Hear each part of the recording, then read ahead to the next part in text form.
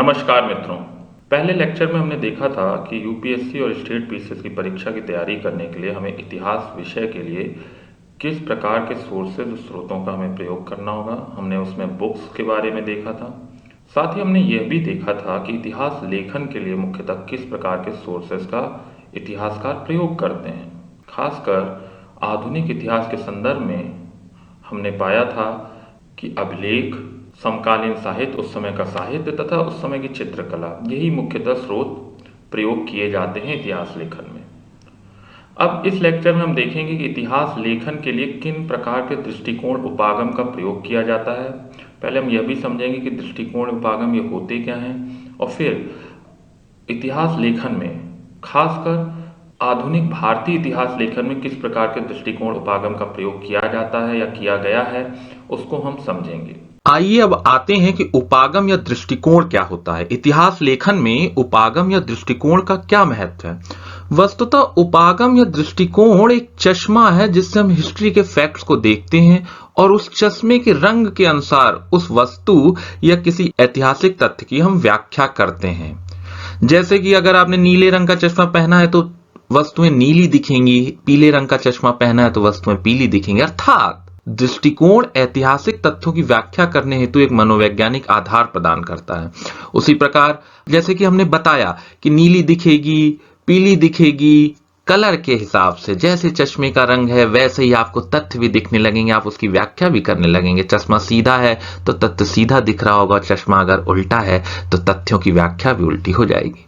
अर्थात दृष्टिकोण एक मनोवैज्ञानिक आधार होता है। इसे चलिए एक एग्जाम्पल से समझते हैं कि कैसे एक ही तथ्य की व्याख्या दो अलग अलग मनोभूमि या मूल्यों के आधार पर करें तो अलग अलग निष्कर्ष निकल सकते हैं। जैसे एक व्यक्ति अगर दूसरे से नजरें झुकाकर बात करता है तो इस घटना की व्याख्या कोई अमेरिकन व्यक्ति कैसे करेगा। वो ये कहकर करेगा कि इस व्यक्ति में आत्मविश्वास की कमी है इसलिए यह नजरें नीची करके बात कर रहा। वहीं अगर जापानी आदमी इस घटना की व्याख्या करेगा तो क्या कहेगा कि भाई व्यक्ति बहुत विनम्र है अतः आंखें नीची करके बात कर रहा है। मतलब समझिए, मतलब यह है कि एक ही घटना की बिल्कुल अलग अलग व्याख्या की जा सकती है डिपेंडिंग अपॉन अवर वैल्यूज, अवर मूल्य, हमारे पुराने अनुभव। ठीक है, तो उसी प्रकार जैसे इस उदाहरण को आपने समझा, उसी प्रकार एक और उदाहरण को समझते हैं। सीधे हम ऐतिहासिक तथ्य पर आते हैं। गांधी जी को जहां अंग्रेज अपना सबसे बड़ा दुश्मन मानते थे, वहीं जिन्ना उन्हें क्या मानते थे, उन्हें एकमात्र हिंदू राजनीतिज्ञ मानते थे। और भारतवासी, हम सब भारतवासी के लिए तो हमारे प्यारे बापू ही थे ना।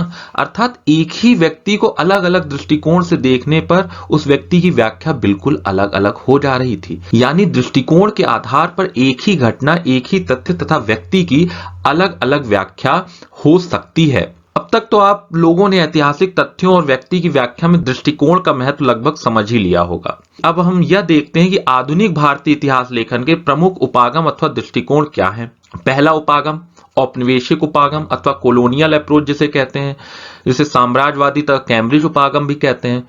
सबसे पहले जब अंग्रेज आ रहे हैं तो उनके इतिहासकार इस सारी प्रक्रिया को, जो अंग्रेजों ने जो साम्राज्य भारत में स्थापित किया, उसे वैलिडेट कर रहे हैं, उसे वैधीकरण प्रदान कर रहे हैं, उसके औचित्य को सही ठहरा रहे हैं। याद करिए एक व्हाइट बर्डन थ्योरी लेकर आते हैं कि ये अंग्रेज जो व्हाइट लोग हैं उन पर ये बर्डन है कि इन्हें भारतवासियों को सभ्य बनाया जाए, इसलिए अंग्रेजों का यहां आना उनकी नैतिकता के कारण है।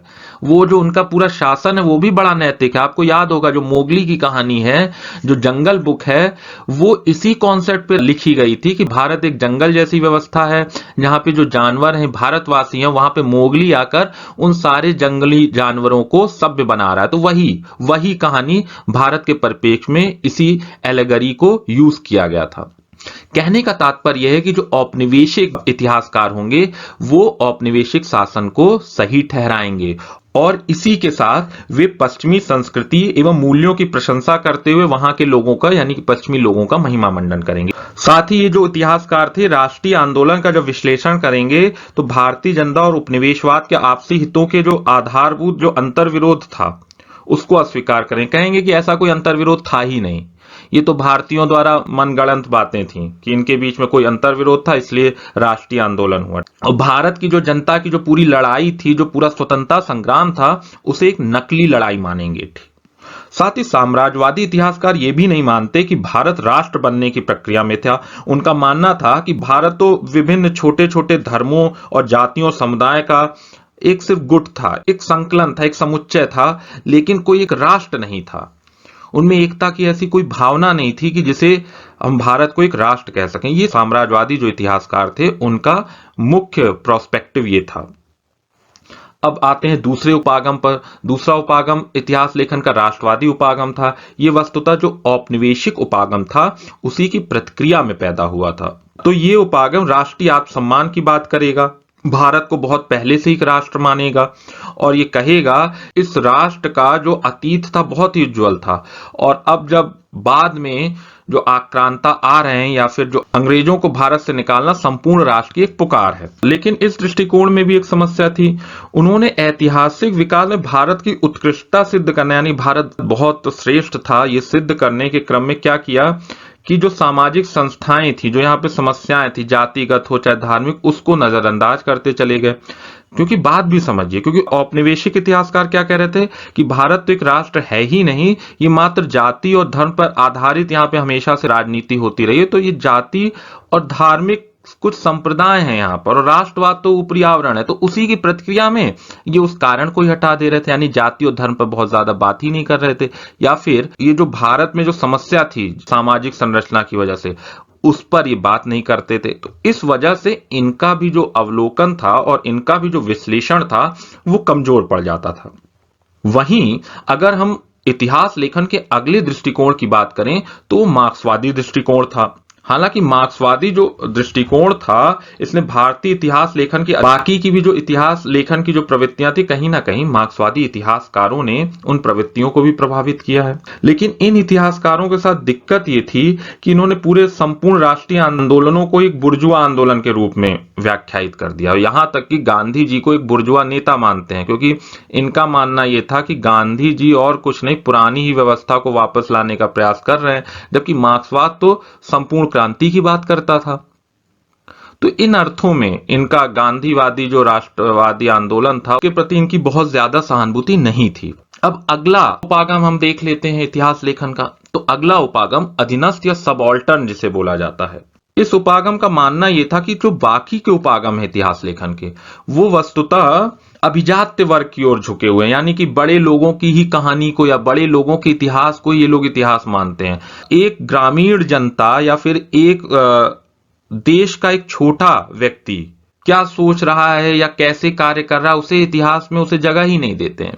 इसलिए इन्होंने जो इतिहास लिखा, ये उन्होंने इस परिपेक्ष को पकड़ा कि वस्तुतः जो सारा आंदोलन था वो उपनिवेशवाद और भारतीय जनता के बीच में नहीं था, बल्कि जो सारे गतिरोध थे वस्तुतः अभिजात वर्ग और निचले स्तर की जनता के बीच में थे। और यही कारण है कि साम्राज्यवाद विरोधी संघर्ष को लेकर भारतीय जनता में कभी एकता कायम ही नहीं हुई थी। तो आप मोटा मोटा ये भी कह सकते हैं कि ये जो दृष्टिकोण था वस्तुतः ये जो साम्राज्यवादी दृष्टिकोण है, या उसे फिर थोड़ा सा उसे परिवर्तन करके जो नव साम्राज्यवादी इतिहास लिखा गया था उसके आसपास ये कहीं ठहरता था। कुल मिलाके ये भी भारतीय जनता का जो पूरा स्वतंत्रता संघर्ष था उपनिवेशवाद के खिलाफ, उसके औचित्य को नकारता था, उसको वैलिडेट नहीं करता था, उसकी सत्ता को स्वीकार ही नहीं करता था कि ऐसा कुछ हो रहा था। तो कुल मिलाके ये जो सारे इतिहास के जो अभी तक हमने उपागम, जो प्रमुख प्रमुख उपागम देखे, हमने पाए कि कहीं ना कहीं अधूरे थे। इसलिए जो हमारा दृष्टिकोण होगा यूपीएससी के हिसाब से कि हमें क्या पढ़ना है, हमें किस तरह से मानसिकता से इतिहास को पढ़ना है, समझना है, तो वो ये है कि हमें ये मानना होगा कि भारत का जो मुक्ति संग्राम था वो भारतीय जनता और ब्रिटिश उपनिवेशवाद के हितों के बीच जो आधारभूत अंतर्विरोध थे। जैसे कि छोटी सी बात कि जो ब्रिटिश उपनिवेशवाद के हित थे, जैसे कि ब्रिटिश उपनिवेशवाद अधिक से अधिक लगान लेना चाहेगा लेकिन किसानों के हितों की बात नहीं कर रहा होगा। ब्रिटिश उपनिवेशवाद अधिक से अधिक अपने सामानों को तो भारतीय बाजार में लाना चाहेगा लेकिन भारतीय सामानों को बाजार से निकालना चाहेगा। यानी कि भारत के हर वर्ग और हर व्यक्ति के विरोध में ब्रिटिश उपनिवेशवादी सिद्धांत पड़ रहे थे, और उसी अंतर विरोध के कारण ही भारत की जनता एक हुई और उसने ब्रिटिश उपनिवेशवाद के विरुद्ध संघर्ष शुरू कर दिया। और इसलिए यह भी हमें महत्वपूर्ण है, जो स्वतंत्रता संघर्ष में क्या है कि आपने पहले अंतर्विरोध को देखा, भारतीय नेताओं ने क्या किया कि ये जो अंतर्विरोध था उसे शुरू से ही समझ लिया और भारतीय जनता के जो सामान्य हित थे उनकी पहचान करके एक सुस्पष्ट उपनिवेशवाद विरोधी विचारधारा विकसित की और उसके आधार पर राष्ट्रीय आंदोलन खड़ा किया। यानी कि आपको जब पूरा एक आंदोलन खड़ा करना होता है, क्योंकि आंदोलन लंबे समय तक चलता है, उसके लिए एक विचारधारा उसे बैकअप करने की होनी चाहिए। ठीक है, तो जो नेता थे उन्होंने अंतर विरोधों को बहुत अच्छे से समझते हुए भारतीय जनता के सामान्य हितों को रखते हुए एक विचारधारा का सृजन किया। गांधी जी की महत्ता भी इन्हीं अर्थों में थी, क्योंकि जो बाकी विचारधारा थी किसी न किसी वर्ग को छोड़ जाती थी, लेकिन गांधी जी का महत्व इस बात का है कि उन्होंने अधिकतर, बल्कि यूं कहें संपूर्ण भारत के लोगों के सामान्य हितों को पहचाना और उसके आधार पे आंदोलन खड़े किए। याद करिए, जब वो नमक आंदोलन की बात करते हैं तो क्या था, नमक तो हर व्यक्ति से जुड़ा हुआ मामला था ना। तो इसमें होता यह है कि ऐसी स्थिति में सभी व्यक्ति उस आंदोलन का सपोर्ट कर देते थे। समझ पा रहे हैं, ये गांधी जी का तरीका था और यही हम मानेंगे कि हमारे जो हमारा स्वतंत्रता संघर्ष या स्वतंत्रता आंदोलन जो चला है वो इसी रणनीति पर था।